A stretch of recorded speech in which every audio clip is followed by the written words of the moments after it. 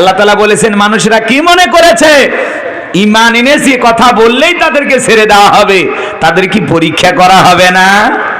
আল্লাহ পরীক্ষা করে দেখবেন ঈমানের দাবিতে কারা সত্যবাদী আর কারা মিথ্যাবাদী। কথা বলেন ঠিক কি না? এজন্য আপনি যদি বলেন আল্লাহ আমার রব, এই কথার উপরে ইস্তেকামাত থাকতে হলে, মজবুত থাকতে হলে হাজারো বাধা, নির্যাতন, জুলুম আপনাকে সহ্য করে টিকে থাকতে হবে। পুরে পুরে খাঁটি স্বর্ণ হতে হবে। কারা কারা পুরে পুরে খাঁটি স্বর্ণ হতে রাজি? তুই হাত তুলে আল্লাহকে একবার দেখান। লিল্লাহি তাকবীর। হাত নামান। এইবার কথার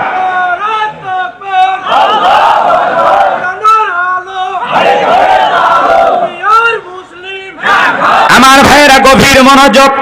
যে কথা বলতে চাচ্ছিলাম আল্লাহ রাব্বুল আলামিন জানিয়ে দিলেন ইন্নাল্লাযীনা ক্বালু রাব্বুনাল্লাহ।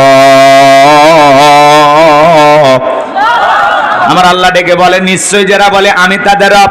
ও ঝিনাইদহের মুসলমানেরা ডান হাতটা তুলে শাহাদাত আঙ্গুলে দ্বারা ইশারা করে চিৎকার মেরে ডেকে বলেন তো আমাদের রব কি? সবাই ডান হাত তুলে সাক্ষী দেন। এই সাক্ষী যদি আল্লাহ তাআলা কবুল করে এটাই জান্নাতে যাওয়ার ওসিলা হতে পারে। বলেন তো বাজেন আমাদের রব কি?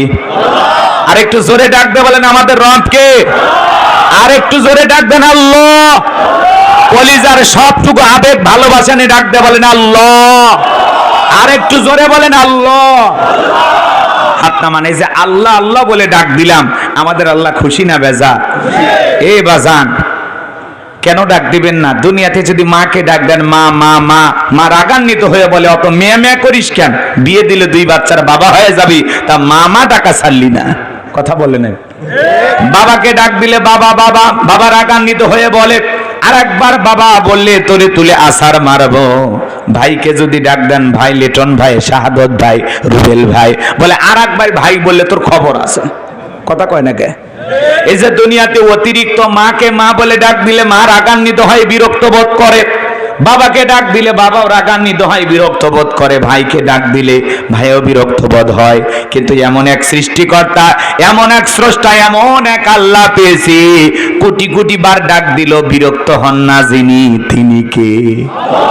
সে আল্লাহকে ডাকার দরকার আছে না নাই? কিন্তু আমরা কপাল পরা আল্লাহকে ডাকতে পারি না। এই জন্য আল্লাহ তাআলা ডেকে বলেন ইন্নাল ইনসানা লিরাব্বিহি লাকানুদ। মানুষ বড় অকৃতজ্ঞ, মানুষ বড় অকৃতজ্ঞ, অস্বীকারী। ডাইরেক্ট বাংলা ভাষায় যাকে বলা হয় নিমক হারাম। আল্লাহর দুনিয়াতে বসবাস করে, আল্লাহর খায় আর বাতিলের পা চাটা গোলাম। কথা বলেন না কেন? পুরুষের মতো আওয়াজ দেবেন, আমি করবো আওয়াজ, আপনারা দেবেন আওয়াজ, জবাব দিবেন ঠিক ঠিক, আলোচনা হবে কমপ্লিট। শ্রোতাদের স্পিরিটে বাড়ে, বক্তার হিট, আলোচনা হবে জায়গা মতো ফিট। আপনাদের আওয়াজ বলে দেবে কি চলবে আর কি চলবে না। এটা আওয়াজ দেন। ঈদ তো হয়ে গেছে, পরের বছর ঈদ পর্যন্ত বাঁচবো কিনা গ্যারান্টি আছে? এত আশা করেন কে? এত আশা করেন কে? এদিক শোনেন, কষ্ট হচ্ছে? কি বলতে চাচ্ছিলাম, আমরা বড় অকৃতজ্ঞ। অনেকের বাড়িতে মিস্টার ডগ আছে, চেনেন তো? চার পাওয়া কুকুর, চেনেন না? হ্যাঁ, আমাদের বগুড়াতে গাইবান্ধায় ডাইরেক্ট কয় কুত্তে। কোথায় বলছেন? অনেক জায়গায় অনেক নাম আছে, কুকুর, কুত্তা। হ্যাঁ, রাগ করছেন? আচ্ছা, এই কুকুর অনেকের বাড়িতে আছে না নাই? আপনি এই ঝিনাইদহ শহর থেকে গরু গোস্ত কিনছেন, ঈদ উপলক্ষে তো অবশ্যই কিনছেন, কেনেন নাই? কিনে দেখলেন হাড় পাইছেন, হাড়, হাড্ডি চেনেন তো? হাড়, হাড্ডি গরুতে থাকে না? এই হাড়গুলো পাইয়া দাঁতের পাশে নিয়ে চিবানোর চেষ্টা করতেছেন, খাওয়ার চেষ্টা করতেছেন, ট্রাই করতেছেন, হয় না। এ পাশে নিয়েও ট্রাই করতেছেন, হয় না। পরিশেষে আপনি ডাক দেন লালু। লালু তখন লেজ নাড়তে নাড়তে আপনার সামনে হাজির। তখন ওই শুকনো হাড়টা লালুর সামনে ছুঁড়ে ফেলে দিয়ে বলেন খা ফি সাবিলিল্লাহ। কথা কয় না কে? ওই শুকনো হাড় খেয়ে কুকুর, রোদ নাই, বৃষ্টি নাই, ঝড় নাই, তুফান নাই, মালিকের বাড়ি পাহারা দেয়। কথা বলেন ঠিক কিনা? কোনোদিন মালিকের সাথে গাদ্দারি করে না, বেয়াদবি করে না। অপরিচিত লোক ওই বাড়িতে প্রবেশ করতে হলে আগেই সিগন্যাল দেয়, কোন এলাকা থেকে আসছো, কোথা থেকে আসছো, কার বাড়িতে যাবা, কার সাথে দেখা করবা, ভিতরে কোন লোকের সাথে পরিচয়, আগে ইন্টারভিউ নেওয়া শুরু করে। কথা কন ঠিক কিনা? আমার ভাইয়েরা, এরপরে যখন ভিতর থেকে আওয়াজ আসে লালু চুপ কর, তখন বলে প্রবেশের অনুমতি আছে, যা আমিও দেখতেছি। আগন্ত ব্যক্তি আর ওই বাড়ির মানুষটা দুইজন মিলে গল্প করে। কুকুর একবার মালিকের চেহারার দিকে তাকায়, আর একবার ওই ব্যক্তির চেহারার দিকে তাকায়, আর ইশারা দিয়ে বুঝাইতে চায়।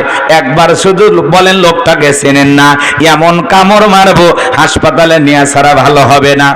লেজ নাড়ি আর চতুর্দিক দিয়ে ঘরে। মালিক যখন ধমক দেয় বলে, লালু যা এখান থেকে দূর হয়ে যা, সরে যা। তখন বলে আপনার পরিচিত লোক, আগেই বলবেন, খামাকা ডিউটিটা করলাম। একটা কুকুর শুকনো হাড়কে, রোদ নাই, বৃষ্টি নাই, ঝড় নাই, তুফান নাই, মালিকের বাড়ি যদি ভাড়া দেয়, আমরা হলাম আশরাফুল মাখলুকাত।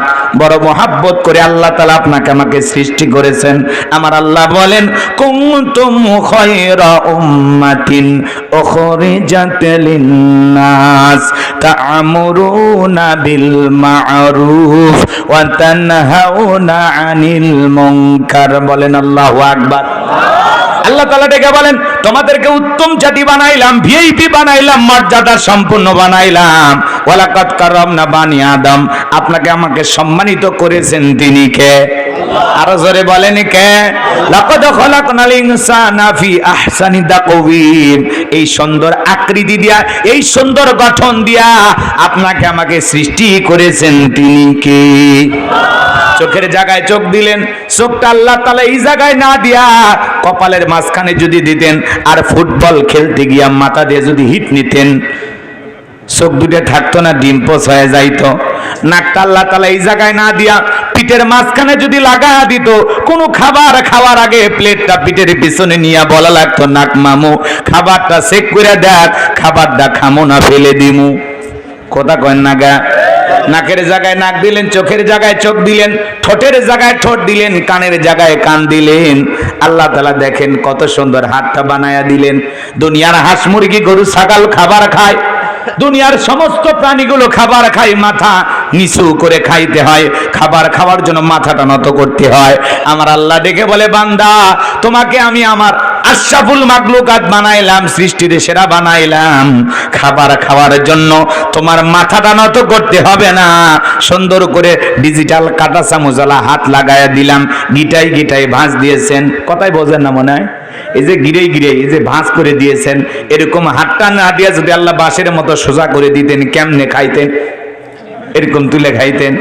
যেমনি ইচ্ছা ভাঁজ করা যায়, পিঠের পিছনে নেওয়া যায়, এমনি করা যায়, অমনি করা যায়, এভাবে তুলে তুলে নেওয়া যায়। কি সুন্দর হাতের স্টাইল! কে বানাইছে? কে? আরে এই যে ঈদের জার্নিতে যখন একটা লোক ট্রেনে উঠেছে, চিন্তা করে, আল্লাহ এই যে মানুষ গুতাই, কেউ বলে এদিক সরেন ওদিক সরেন, আল্লাহ গো যদি হাতের মধ্যে আর পায়ের মধ্যে নাট লাগায় দিতা, তাহলে এই পা আর হাতগুলো খুলে ব্যাগের ভিতরে রেখে দিতাম, আটো সাটো হইতাম, মানুষের ঠেলা গুতা খাওয়া লাগতো না। এই কথা ভেবে আল্লাহর বান্দা জার্নি করতে গিয়ে, ট্রেনের ভিতরে ভ্রমণ করতে গিয়ে ঘুমের মধ্যে চলে গেছে। ঘুম থেকে জায়গা উঠা দেখে ব্যাগটা নাই।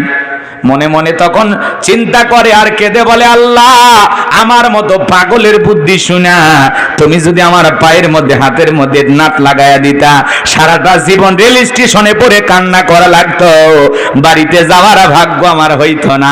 কথা বলেন ঠিক কিনা? আমার ভাইরা, আল্লাহ তাআলা এত নিয়ামত আপনাকে আমাকে দিয়েছেন, দুনিয়ার জমিনে আল্লাহ তাআলা এত নিয়ামত দিয়েছেন।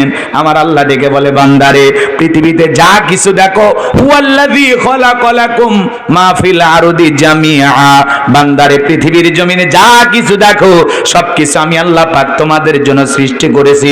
দুনিয়ার সব সৃষ্টি গোলামি করবে তোমাদের, আর তোমরা গোলামি করবা আমি রবের। বলেন তো আমরা গোলামি করবো কার? আরো জোরে বলেন। এই দেহের ভিতরে কোটি কোটি টাকার নিয়ামত আল্লাহ পাক দিয়েছেন। বলেন তো দুনিয়ার কোন বাজারে একটা হাত কিনতে পাওয়া যায়? একটা লোকের আঙ্গুল কিনতে পাওয়া যায়? এত সুন্দর করে যদি একটু সৃষ্টির কম বেশি হয়ে যায়, চোখ আছে দেখতে পারে না, আমরা তাদেরকে বলি অন্ধ। মুখ আছে খাইতে পারে, কথা বলতে পারে না, আমরা তাদেরকে বলি বোবা।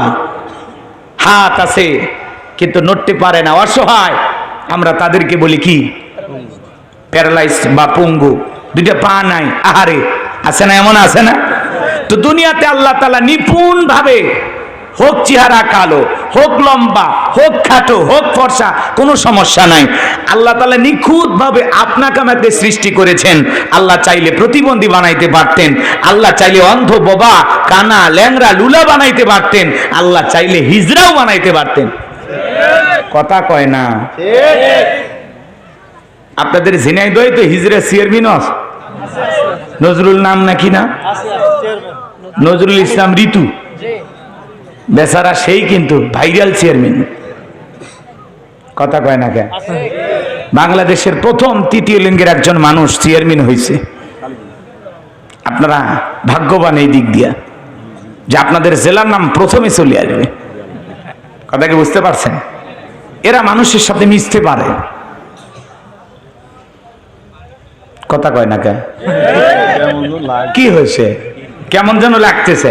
হ্যাঁ, হিজড়ের কথা শুনলে মন খারাপ হয় না? তৃতীয় লিঙ্গের মানুষ, ওরাও মানুষ। আল্লাহ চাইলে আপনাকে আমাকে হিজড়া বানাইতে পারতেন। কথা বলেন ঠিক কিনা?